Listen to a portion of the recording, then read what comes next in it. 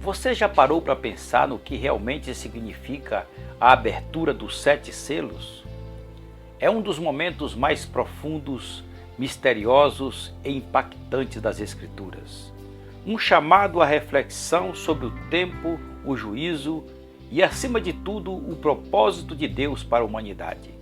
No livro do Apocalipse, cada selo aberto revela não apenas acontecimentos, mas verdades espirituais que ecoam até os nossos dias. Não se trata apenas de profecia futura, mas de um convite urgente para examinarmos nossa fé, nossa vida, nossa posição diante de Deus. Hoje eu quero te convidar a mergulhar comigo nessa revelação poderosa. Prepare o seu coração, porque a mensagem pode confrontar, mas também pode transformar completamente sua maneira de enxergar o agir de Deus. Vamos ler Apocalipse capítulo 6, os versículos de 1 a 17. Vi quando o Cordeiro abriu um dos 7 selos e ouvi um dos 4 seres viventes dizendo, como se fosse um trovão: Vem!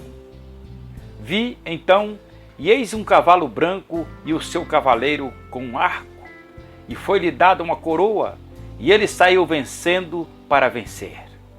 Quando abriu o segundo selo, ouvi o segundo ser vivente dizendo: Vem! E saiu outro cavalo vermelho, e ao seu cavaleiro foi dado tirar a paz da terra para que os homens se matassem uns aos outros. Também foi-lhe dada uma grande espada. Quando abriu o terceiro selo, vi o terceiro ser vivente dizendo: Vem! Então vi, e eis que um cavalo preto e o seu cavaleiro com uma balança na mão. E ouvi uma voz no meio dos 4 seres viventes dizendo: Uma medida de trigo por 1 denário, 3 medidas de cevadas por 1 denário, e não danifique o azeite e o vinho. Quando o Cordeiro abriu o 4º selo, ouvi uma voz do 4º ser vivente dizendo: Vem! E olhei, e eis que um cavalo amarelo e seu cavaleiro, sendo este chamado Morte, e o inferno o estava seguindo, e foi-lhes dada a autoridade sobre a 4ª parte da terra para matar a espada, pela fome, com mortandade e por meio das feras da terra. Quando ele abriu o 5º selo, vi debaixo do altar as almas daqueles que tinham sido mortos por causa da palavra de Deus e por causa do testemunho que sustentavam. Clamaram em grande voz, dizendo: Até quando, ó soberano Senhor, santo e verdadeiro, não julgas nem vingas o nosso sangue dos que habitam sobre a terra? Então a cada um deles foi dada uma vestidura branca, e lhes disseram que repousassem ainda por um pouco tempo, até que também se completasse o número dos seus conservos e seus irmãos, que iam ser mortos, como igualmente eles foram. Vi quando o Cordeiro abriu o 6º selo, e sobreveio grande terremoto. O sol se tornou negro como saco de crina, e a lua toda como sangue. As estrelas do céu caíram pela terra, como a figueira quando abalada pelo vento forte deixa cair os seus frutos verdes, e o céu recolheu-se como um pergaminho quando se enrola. Então todos os montes e ilhas foram movidos do seu lugar. Os reis da terra, os grandes, os comandantes, os ricos, os poderosos e todo escravo e todo livre se esconderam nas cavernas e nos penhascos dos montes, e disseram aos montes e aos rochedos: Caem sobre nós, esconde-nos da face daquele que se assenta no trono e da ira do Cordeiro, porque chegou o grande dia da ira deles, e quem é que pode suster? À medida que os selos são abertos nos céus, efeitos tremendos acontecem na terra. O céu comanda a terra, Jesus abre os selos, a história está em suas mãos. Nos primeiros 4 selos vimos a ira de Deus misturada com graça. A partir do sexto selo, há um derramamento da ira de Deus sem mistura. É o dia do juízo. Apocalipse 6 é um texto paralelo a Mateus 24, Marcos capítulo 13 e Lucas 21. Guerras, fomes, perseguições, terremotos, segunda vinda. Aprenda uma coisa: a vinda de Cristo só acontecerá quando completar o número dos mártires sobre a terra. Quem tem o livro tem o controle. É ele quem abre os selos. É do trono que sai a ordem para os cavaleiros do Apocalipse. Os 4 cavaleiros do Apocalipse, versículos de 1 a 8. O cavalo branco, uma figura do Cristo vencedor. William Hendricks interpretou o cavalo branco e seu cavaleiro como sendo Jesus Cristo. A espada do cavaleiro do cavalo branco está de acordo com Mateus capítulo 10, versículo 34. Cristo vence com a palavra, vence com o evangelho. O cavalo vermelho, uma figura da perseguição religiosa e da guerra, versículo 4. O futuro será um período de guerras, de conflitos e perseguição até a morte. Perseguição dos judeus pelos romanos, pela Inquisição, perseguição da pré-reforma, perseguição da pós-reforma, França e Inglaterra. Perseguição no nazismo, fascismo e comunismo. Perseguições atuais. O maior número de mártires da história aconteceu no século XX. Aonde chega Cristo, chega também a perseguição aos que são de Cristo. Mateus capítulo 5, versículo 10 e 11. Lucas capítulo 21 e 12 e Atos capítulo 4, versículo 1. Pense em Estevão, Paulo, Policarpo, Perpétua, Felicidade, a Inquisição, a noite de São Bartolomeu, a Rússia, a Coreia do Norte, a China, os países islâmicos. Os homens perdem a paz e buscam a paz pela guerra. Quem não quer viver sobre a cruz, viverá sobre a espada. O cavalo preto, uma figura da pobreza, escassez e da fome. Versículos 5 e 6. Fome e guerra andam juntas. Comer o pão pesado representa grande escassez. Há trigo, mas o preço é muito alto. Esse cavalo preto fala do empobrecimento da população. O racionamento leva o homem a gastar tudo que ganha para alimentar-se. Essa pobreza é proveniente dos crentes que não fazem concessões, não aceitar a marca da besta. Apocalipse capítulo 13, versículo 17.